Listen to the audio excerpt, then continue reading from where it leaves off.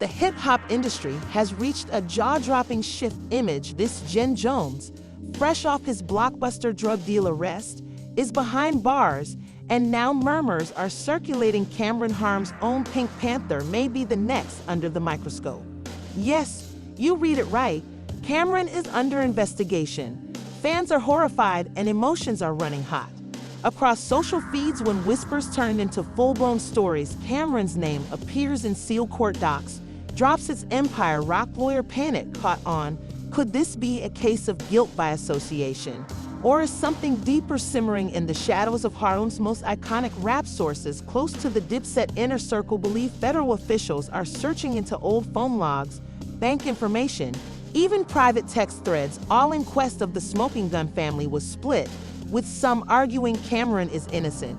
Some mutter that he's been concealing secrets for years. And let's not forget the personal stakes. Cam's reputation, the future of Dipset, and the fortunes of everyone tied to the dynasty. The conflict is genuine, the drama is intense, and one question looms bigger than ever. Is Dipset facing its darkest hour? Hold on to yours, since this narrative is only just starting. Hang on to your seats. The courthouse doors slid open again, and Camron strode through with a troubled heart.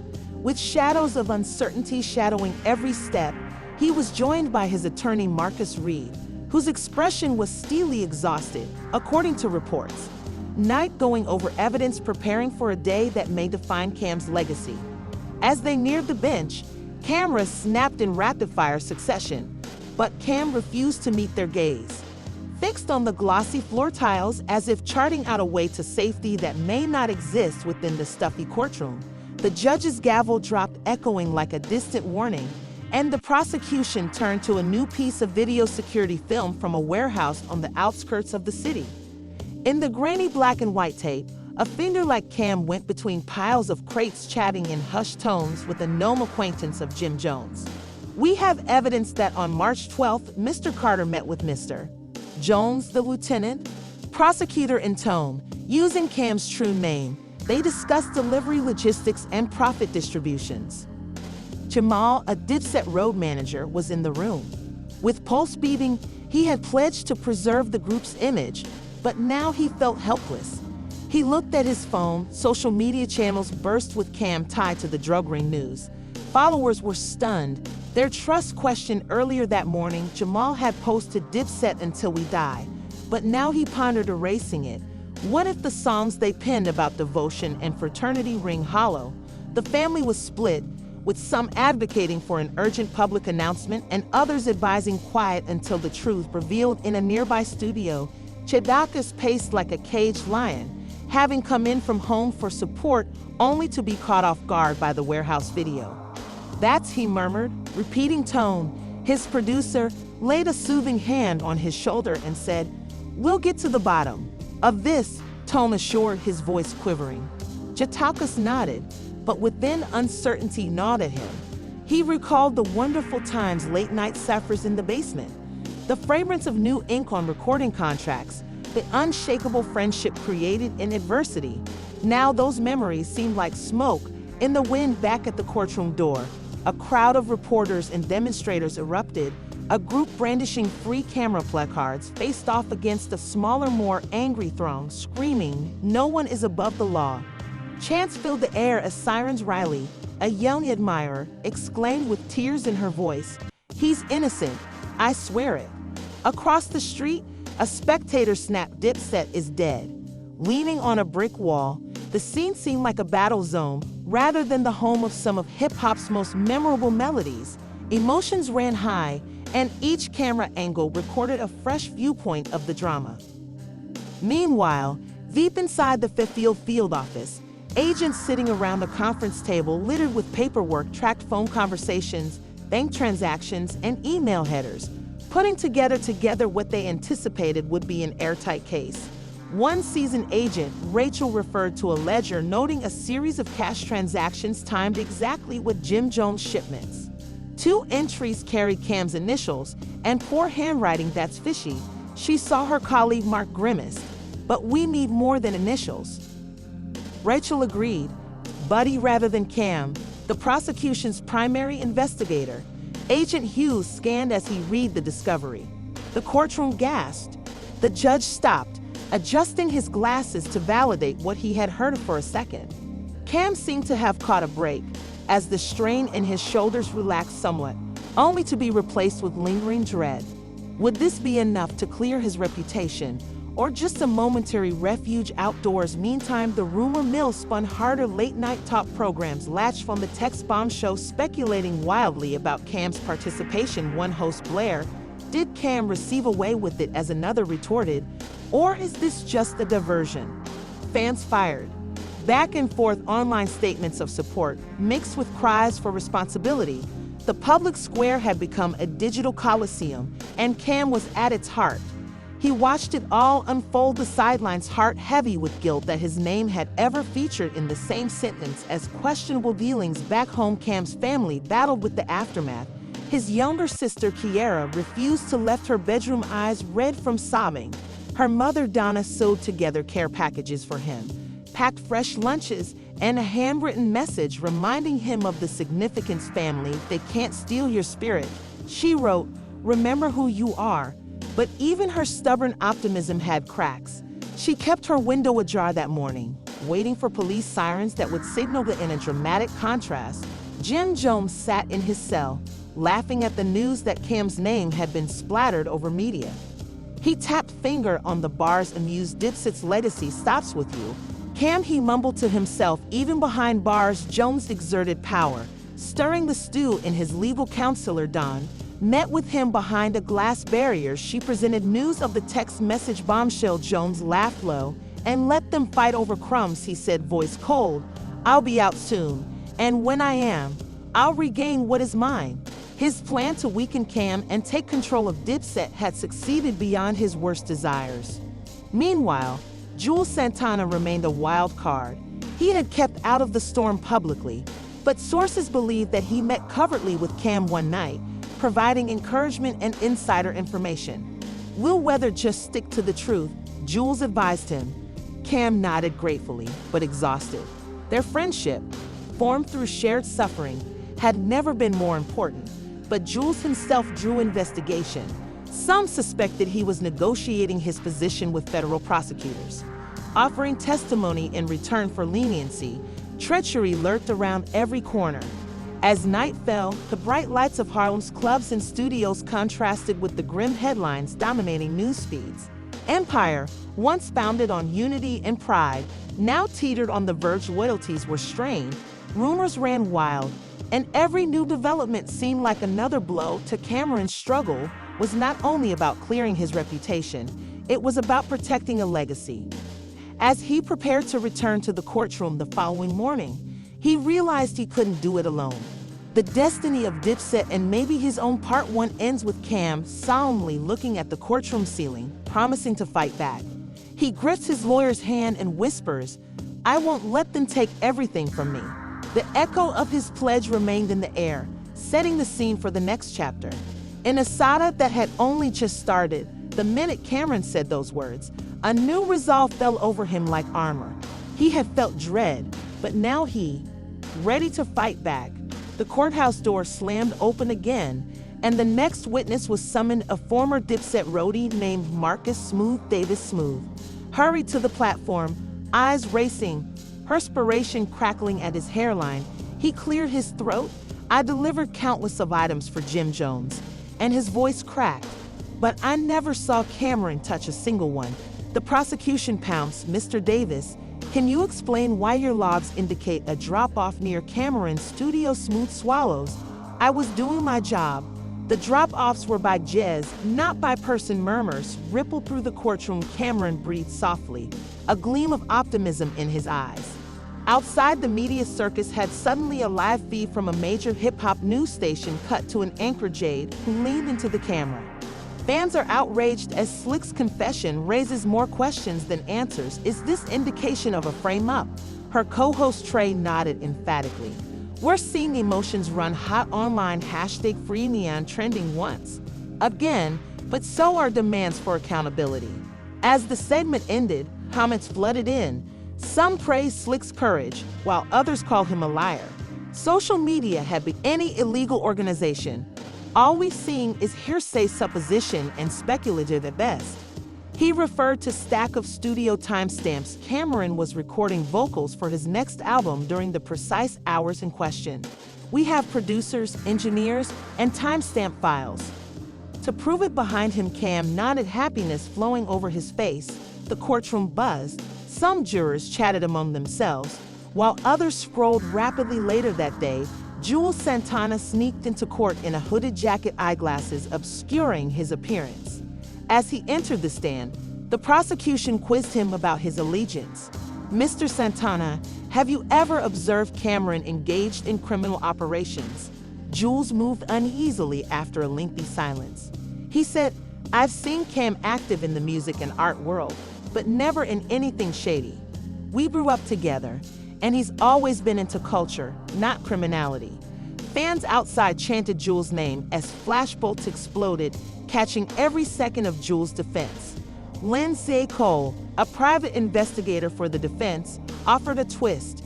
She had obtained surveillance tape from a luxury vehicle shop where Camron met with the same Jim Jones lieutenant weeks before. The arrest, the prosecution gasped as she aired the footage. Camron and the lieutenant went side by side, voices low, exchanging what appeared like an envelope. Lindsay's voice was calm as she further analysis reveals that the parcel contained promotional brochures for an upcoming philanthropic event, not cash or contraband.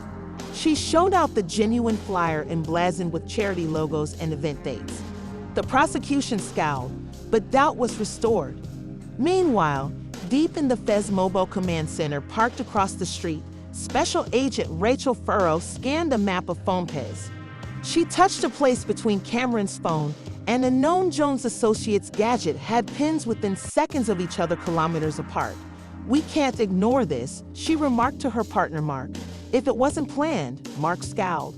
"Phones can be fooled or exchanged. I need irrefutable evidence linking the gadget to Cam." Rachel nodded, aggravation etched on her face. The inquiry had become a tied tale between reality and fantasy. Cameron's grandma conducted a modest prayer ritual at her brownstone. Friends and family came, candles shimmering in the cold evening air. Kira gripped her brother's old baseball hat, tears shining. "We need a sign," she muttered, "someone with a sparkler," and for a moment the flames danced like hope. Their mother, Donna, released a handful of rose petals into the air. The family was left split. Some persisted on trusting the legal system, while others spoke of corruption and plots. But in that circle of light, they pledged to be together no matter the result. Back at the courtroom, Camron collapsed in the corridor, tiredness heavy in his bones as a journalist approached the microphone. Extended Cam, "Do you have any remark on the recent surveillance revelation?" Cam shook his head slowly. "I'm wary of rumors.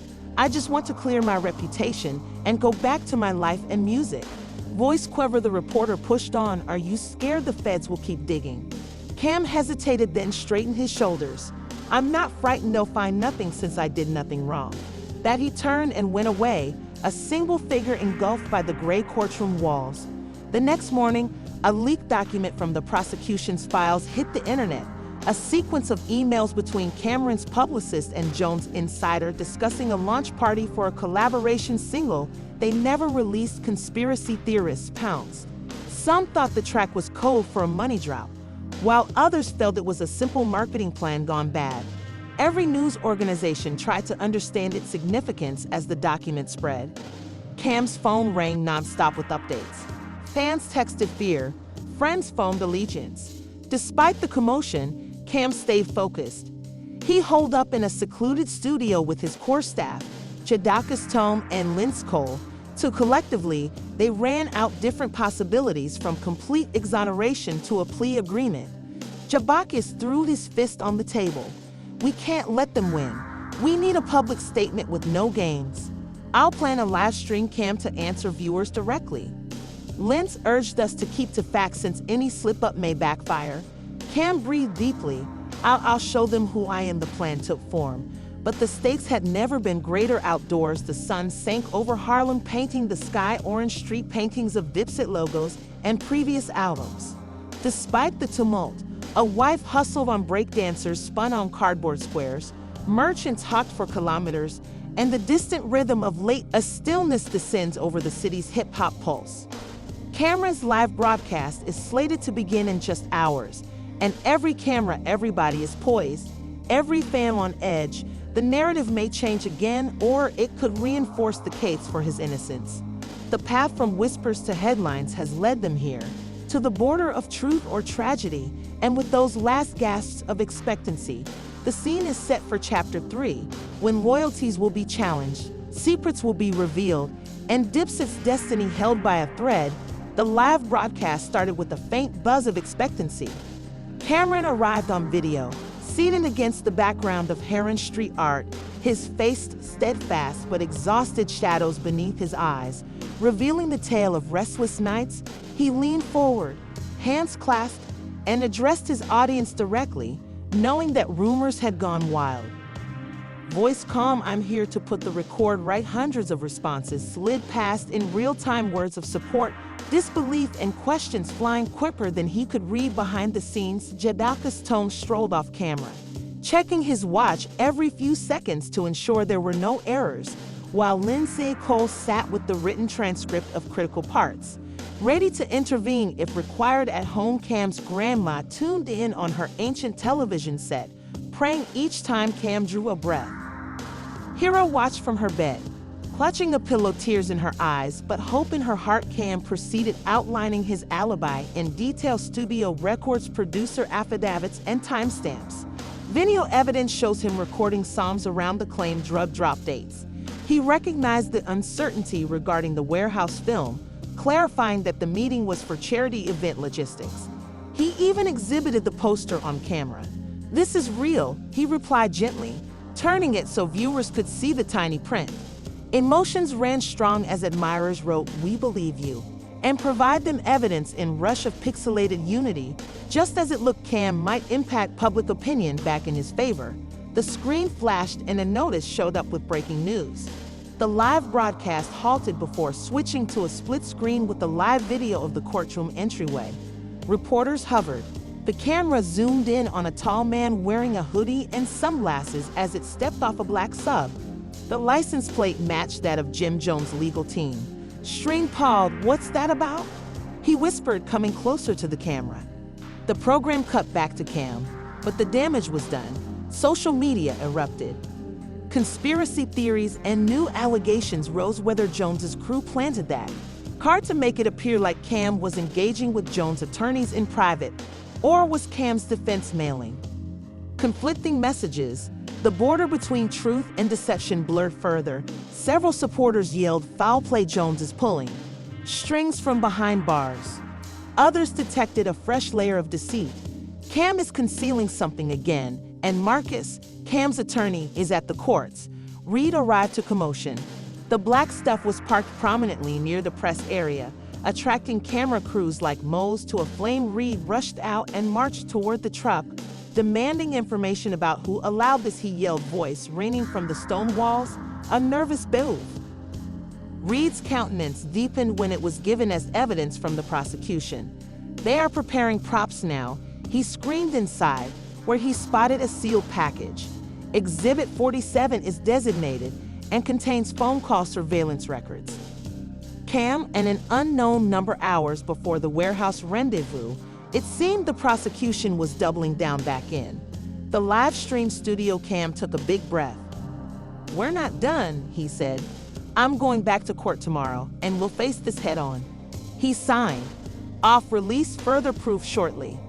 When the feed ended, the screen turned blank, but chatter persisted as hashtags moved from hashtag #FreeMaron to hashtag Exhibit 47B, igniting another flame of suspicion. The next morning, part 3, while this tale progressed, the court reconvened with heightened intensity. The prosecution summoned its next witness, an expert named Holly Yang, who testified about the phone records.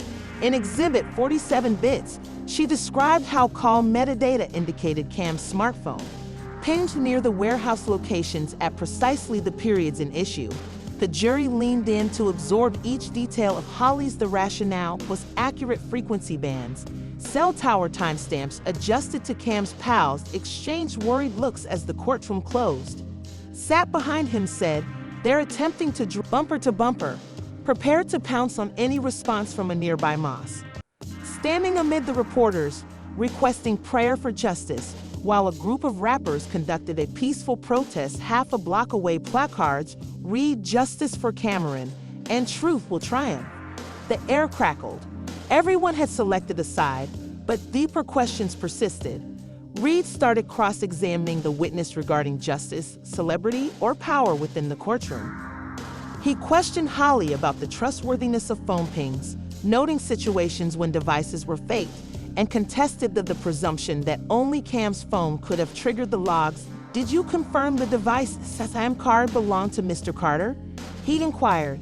Holly paused before admitting she had depended on metadata.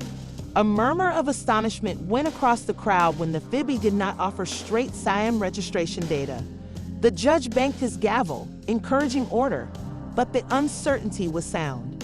Meanwhile, word according to rumors, Jill Santana had a private meeting with Agent Rachel, which he promised to reveal insights into Dipset's internal operations in return for leniency. And unrelated, some regarded it as treachery, while others considered it as strategic survival. Social. The media speculated wildly when Jules switched on Cam Dipset, revealing the family was torn once again, this time by concerns of loyalty among their own. Amid the tumult, and an unexpected testimony came. A warehouse clerk named Luis Rodriguez, summoned by the defense, he detailed the day of the alleged drop-off in detail. "I observed a black sub pull up," he claimed, "but the driver never exited the car. They just scanned codes on a clipbook, then left." Luis pointed to a video sample of the sub's mirror and partial plate matching the one parked outside the courtroom. "No one came out," he underlined, "and nothing was unloaded." The jurors watched closely, exchanging eyes for the first time. The defense had a specific eyewitness refutation to the prosecution's account, and Cam's relief was evident. He sighed, with his eyes gleaming. Jadakis rubbed his back as if to say, "We got this." But Lynn cautioned, "This is one fight, not the war." She reminded them of the feds. Cam nodded, acknowledging that there were still more exhibitions and that fresh surprises may arise. Recognizing the truth that this match had many rounds remaining in the corridor after court media clamor for Cam went out onto the marble stairs, surrounded by Reed and Jules. With microphones pressed forward and cameras blazing, he cleared his throat today. Testimony shown that they are prepared to manipulate facts to suit their goal. He said unequivocally that he is innocent and would continue to show it. Flashed as his words echoed a cry of Cam Strong. Supporters cheered, but doubters murmured, "We'll see." The narrative itself was about the dichotomy of belief and skepticism. As Act 3 comes to a conclusion, the scope of this drama becomes clear. It's more than simply the legal fight. Is a war for identity, history, and power in an industry predicated on image. The players, Cam Jones' allies and opponents alike, have bet their reputations on each new evidence and testimony. As the stakes rise, sympathies fluctuate and alliances change. Every surprise threatens to rewrite the narrative. As the hip-hop world watches with eager breath to see which side of when the final decision was handed out, the tension in the courtroom had hardly subsided. An anonymous packet was smuggled to Cameron's attorney under tight confidentially. It included a rough audio snippet purportedly taken during Jim Jones' first arrest. In a scratchy clip, a voice like Jones teases someone off mic. "Cam, you think you're clean. We all have filth on us." The tape cut suddenly, leaving Tyrese wheeled in his chair, eyes wide, as quiet gasps echoed around the defensive squad. "This is going to spark everything," he mumbled. Cameron sunk back, mouth gritted, emotions running hot. The possibility of another round of allegations loomed beyond the street. Crowds gathered around news vehicles, reacting like tinder to a flame, yelling both for and against Cam Dipset. For Reva fought justice for Jim Jones amid a cacophony of allegiance and mistrust on social media. The audio clip #DipsetDrama is trending faster than any prior hashtag in the Saba. Influencers chimed in from improvised sets, with some supporting with Cam's innocence and others pronouncing him a step away from embarrassment. The family was split for the third time, Cheptakis wrote. A mysterious tweet reading "Simply Truth" surfaced. Jill Santana retweeted. A friendly message from an anonymous account. Meanwhile, in a dimly lit safe house, agent Rachel Furrow listened carefully to the tape, her brow wrinkled. She stopped it repeatedly, isolating background sounds such as a distant siren. Her companion, Mark Frown, repeated a section in which she thought another speaker said quietly, "Meet me at the brownstone." "That may be a trap," Mark cautioned. "If it's true," Rachel, she tapped her pen on her notepad, "or it could be the key we need to connect Cam directly to Jones' network." The line between proof and manipulation blurred again when Lynn Sell, Cam's investigator, sped over. Hoping to hunt down any sign of the recording's provenance, she went to the off-the-book studio where Jim Jones had once recorded freestyles, asking engineers and interns. The majority claimed Lee, a weak intern, testified to seeing Jones with a rudimentary voice recorder late at night. As he stated he wanted to record authentic street banter, she described his voice shaking. Lynch urged for more, but Lee insisted Jones never mentioned Cam by name, and I worried it was nothing, Lee admitted, until I heard that recording. Lynch, left with both optimism and fear, whirling back at Cam's grandmother's brownstone. A solemn vigil illuminated the front stoop. Candles flickered against the towering paintings of Harlem's skyline. Elderly neighbors, friends of Cam's family, murmured prayers, shook their heads. "This has gone too far," one neighbor murmured, his voice trembling. "They're taking up a heritage." Donna, Pam's mother, grasped her grandson's childhood jacket, her tears staining the cloth. She hesitated to go until she heard from Cam personally about his late. When the night call finally came, her relief was evident, but it was fleeting. She listened. Cam said gently, his voice cracking, "They've dug up new dirt, Ma." She could only react, "We'll hold on, baby. We'll hold on." Amid this whirlwind of rival music, collectively spotted potential. They distributed remixed versions of the audio sample combined with rhythms that imitate Dipset's trademark manner. The songs became viral overnight, filling streaming platforms and meme sites. Listeners disputed about the authenticity and ethical consequences. Although the audio's reach was the obvious, Dipset brand, founded on swagger and solidarity, was now exploited as the competing collective's unnamed producer gloated in a private chat. "We got them right where we want them." The battlefield had spread beyond the courtroom to every earphone and screen within a shadowy backroom of the downtown club. Janakis hosted a conference of close pals, Tone Tyrese, and not a handful of close friends. The air was heavy with cigarette smoke, and the thrum of distant bass. Chewbacca's leaned in. "We can't play defensive forever. It's time to counter." Furthermore, he offered making a documentary-style DVD featuring Cam's charity endeavors, childhood footage, honest interviews with family members. "Let the world see the real him," he added. Tyrese nodded as Tone drove off. His phone was already writing questions for interviewers. The strategy gave a gleam of control amid a sea of disorder. Yet even as they planned, doubts hovered inside. In their own ranks, a discreet rumor stated that Jules Santana was under pressure. The officials had covertly met with Agent Hughes to explore a cooperation pact. A formal statement verified it, but murmurs in the streets suggested Jules' commitment was waning. Sending a cryptic message appeared on an unknown blog. Loyalty's price just got increased. Janakis challenged Jules backstage at a charity event. "The stress is evident. Are you in this with us?" Whether or not he commanded, Jules' reaction was measured. "I'm here for Cam, but I'll whatever keeps Tight alive." The uncertainty has further exacerbated the gap between them. The control room seemed like ghosts of former achievements. He pushed record and started impassionate speech into the microphone, not for a song, but for a message. "Isn't just about me, it's about a whole society. It's about truth over noise." His voice trembled with emotion as he described the highs and lows of his career, the relationships formed in hardship, and the sting of betrayal. He put his soul into the recording, thinking it would offset the sonic bombshell and reach the hearts of those remaining on the fence. As Part 4 comes to a conclusion, the landscape of the situation has altered once again. New evidence, both true and fabricated, has appeared. Alliances have strained and loyalties remain in doubt. Dipset's empire stands at a crossroads. On one rail, unity and vindication, disintegration and wreckage. The next chapter promises to be even more explosive. Camron prepares to launch his documentary Counterstrike, while the feds plan their next move. The stakes have never been higher, and the world holds its breath for the pivotal moment when would define Harlem's most iconic rapping symbol. The days that followed seemed like a frenzy of urgency and purpose.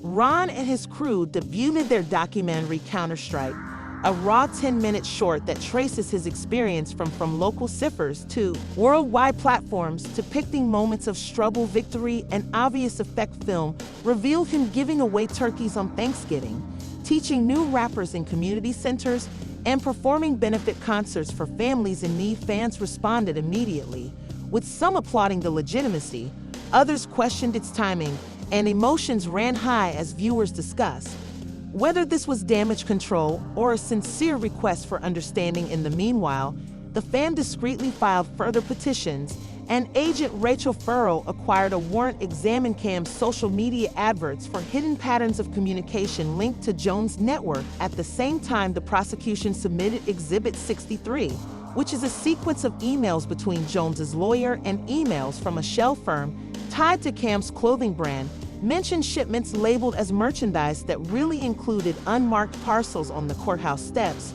Reporters whispered that this may be Jules Santana found himself at a crossroads after the alleged encounter with the FBI.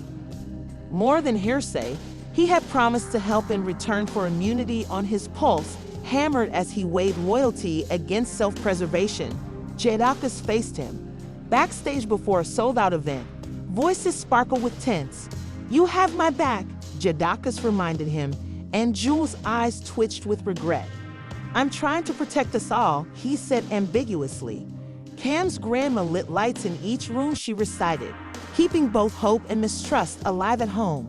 In order to protect her grandson from the storm, his sister Kiara prepared a social media flash mob. Followers are sharing childhood images of Cam with hashtag Remember Camron.